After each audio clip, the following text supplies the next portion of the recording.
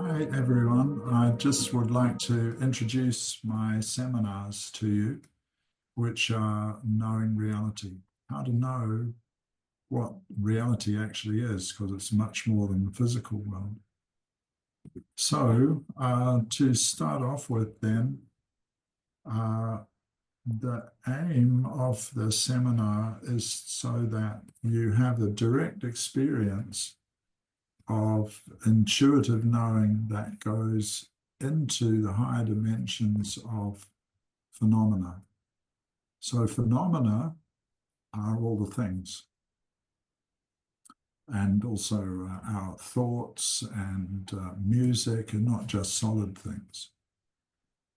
So phenomena is what science studies, and it is very good at getting to know phenomena. And now with digital AI, we have vast amounts of information about phenomena at our fingertips.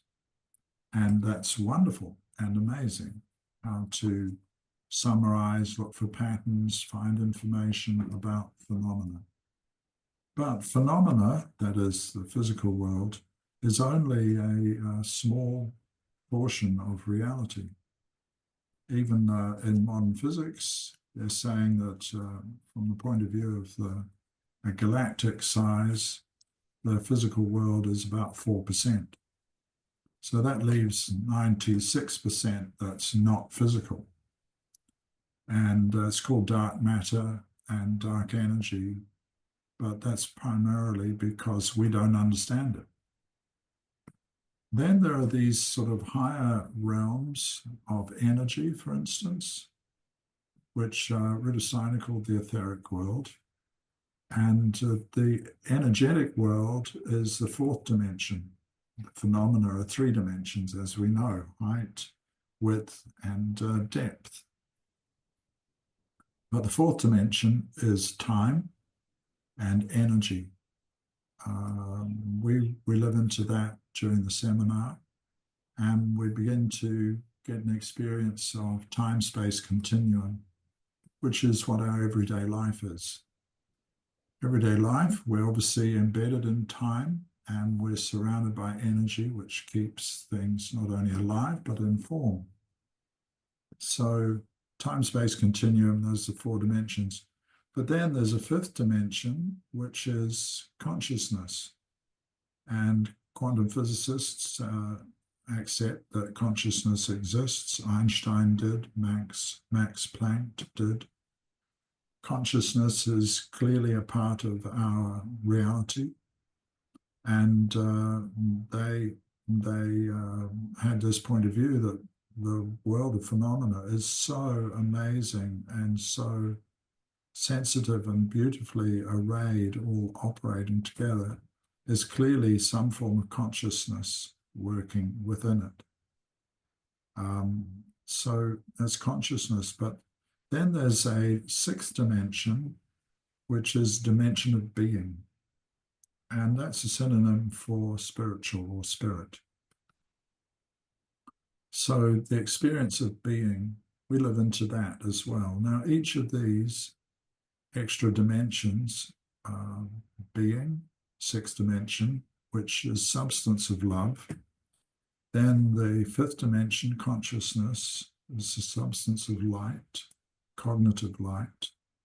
And the fourth dimension is life, which is a substance of life or of energy. And these are elements that, with the development of higher perception, we can perceive. And because my seminars coming up are entitled along the lines of anthroposophy is a way of knowing, not just a body of knowledge. Really, anthroposophy is modern yoga, is a yoga of love. And Rita Steiner spoke about this as well. So what is yoga? Yoga is a Sanskrit word that means to become yoked or integrated to something. And its philosophical meaning means to become integrated to deeper reality. So yoga is not just doing asana yoga, which are exercises and postures. Yoga is a full path of self-transformation from the first step of being kind, being more kind, which is called yama in Sanskrit. And it goes right through to samadhi, which is the eighth step or limb, because they don't disappear. You go through 7 stages to reach the 8th stage.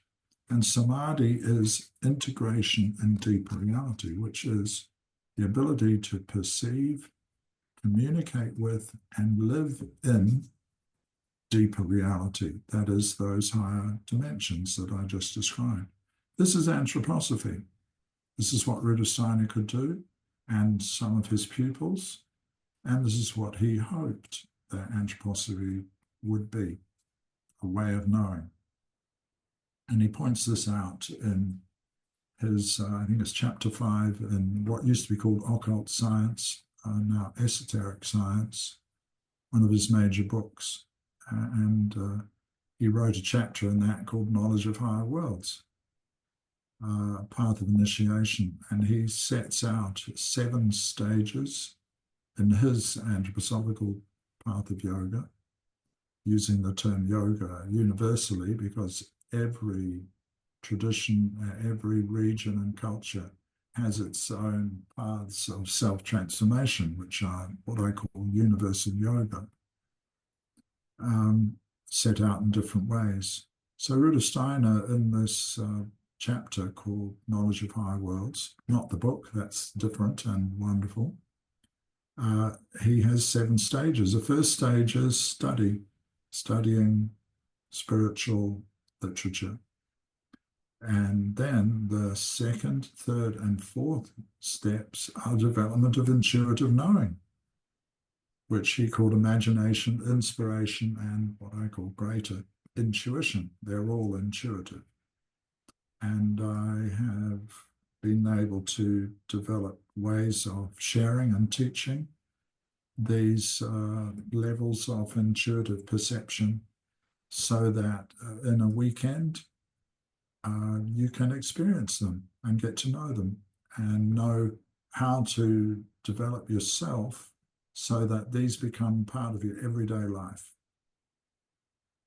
which is very, very helpful to navigating challenges of life.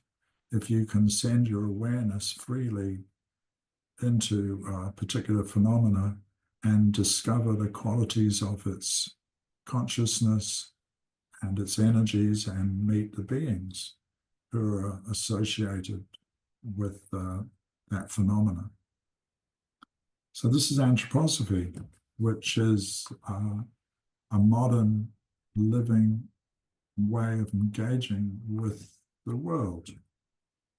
There are more steps because we just got to step 4. Step 5 and 6 are higher forms of intuitive integration with the cosmos, which is cosmic intelligence. And he describes those in some of his extra lessons. And then the last step is the ability to choose whichever one of those levels you want to operate in, so that you can move up and down through whatever dimensions you want while you're living everyday life. So this is anthroposophy. This is what Rudolf Steiner was hoping for. And I'm hoping that I can help share this so that we can bring this into everyday life and make it a living practice. So, yeah, Rudolf Steiner had 4 tasks, as I understand it. The first task was to philosophically prove that there is no limit to human cognition if we develop intuitive perception, we develop intuitive senses, of which there are 3, but we go into that in the seminar. So I touched on that, imagination, inspiration, greater intuition, but I'll say it right now. So I asked intuitively for something that makes more sense. So intuitive imagination is seeing, sensing, imaging. And that's a transformed thinking capacity. And then inspiration is the intuitive capacity for feeling, hearing, meaning, which is a transformed, enriched feeling life. And many people have that. You can walk into a room and get a feeling for something and sense the meaning of something unspoken. And then greater intuition is meeting, knowing, being, which is a transformed will where one is able to meet being as a being yourself. This is not a physical being. This is the essential inner being or whatever. So those are these intuitive senses that Rudolf Steiner talked on. So his first task was proving that this type of cognition could have no limit. We're not limited to not properly knowing phenomena even, which is the Kantian philosophy that now pervades the Western world. We can go into what Immanuel Kant called noumena. This is Noumena, noumena, which is the thing in itself, the inner life of phenomena. Those are those dimensions I've mentioned: energy, soul state, being. That's noumena. Now, with intuitive awareness, we can flow through the surface boundaries of phenomena into the inner life and being and experience it accurately. That's the spiritual science part. And there are techniques, which I need not go into now, but there are techniques for doing this and doing it accurately and safely and coming back into your own being. So it's predicated on the ability to free awareness out of its submergence in thinking. That's what we learn in the seminar. And the seminar goes through sort of 4 stages, I think. First one is, or maybe even 5, we learn what is the path of self-transformation, according to Rudolf Steiner, but augmented by other valuable approaches which free awareness. So primarily it's self-transformation, and that helps to develop these intuitive senses. And it leads to the birth of the higher self, who's our eternal being, who's highly intuitive. And as this comes into our earthly person, we become more intuitive and more capable. That's laid out in Rudolf Steiner's book, Knowledge of Higher Worlds.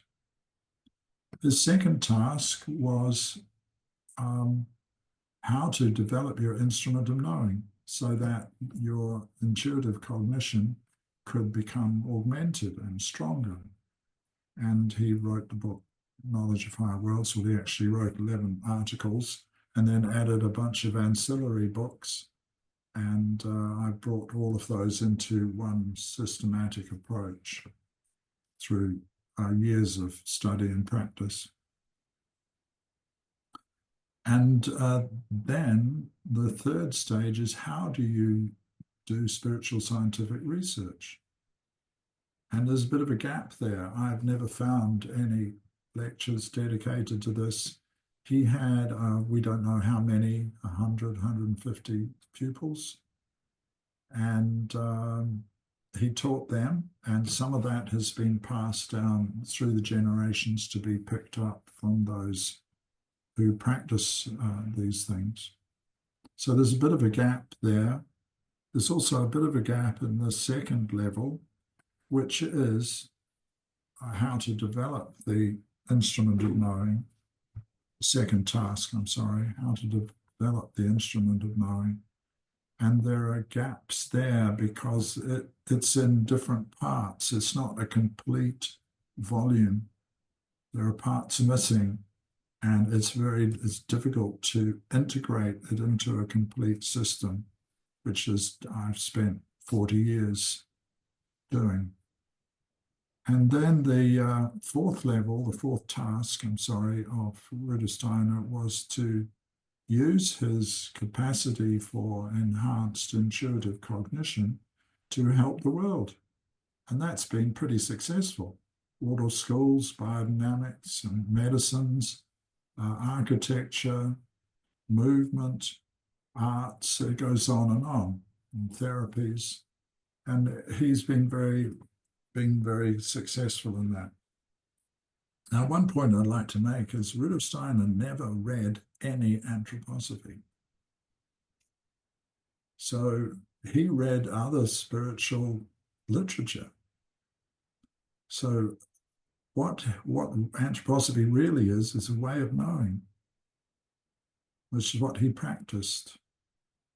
And at a certain level of this intuitive awareness, you start to work with higher beings who then inform you of the deeper intuitive awareness and knowing. And that's what it's about. It's about learning how to live in a multidimensional world, finding your way accurately with a sort of cognitive proprioception so that you're very clear about what's real, what isn't real, what's true, what isn't true. And the core of this is that awareness is the great sense of knowing. And when it's released from its submergence in just watching consciousness, it becomes free to know without any boundaries or hindrance. It's interesting, Patanjali, who wrote the Yoga Sutras over 2,000 years ago in India, said, awareness will always take itself to be the patterns of consciousness until it is freed. And so that's the first thing we do. Well, first thing is we look at the pathway to self-transformation according to Rudolf Steiner in the seminar. Second thing is we then work to free our awareness out of consciousness so that it is a sense which can be sent like a torchlight wherever you want, a cognitive light that can enter into noumena to know. And the third thing we do in the seminar is then we practice this with plants, to have discussions with plants, to feel their energies and to possibly meet their being. An iris is so different to a dahlia, which is so different to a rose. And you can get to know them as friends. Then we work with crystals and rocks in the same way. And there's a 5-step process that I call the 5 steps into noumena, which is a scientific method of knowing. And lastly, we can practice knowing intuitively about things that are in a box and have no idea what it is. So just to show that awareness is able to flow through phenomena to know it's in the life and being. There are many, many exercises that can be done, but that's an introductory element to it. So I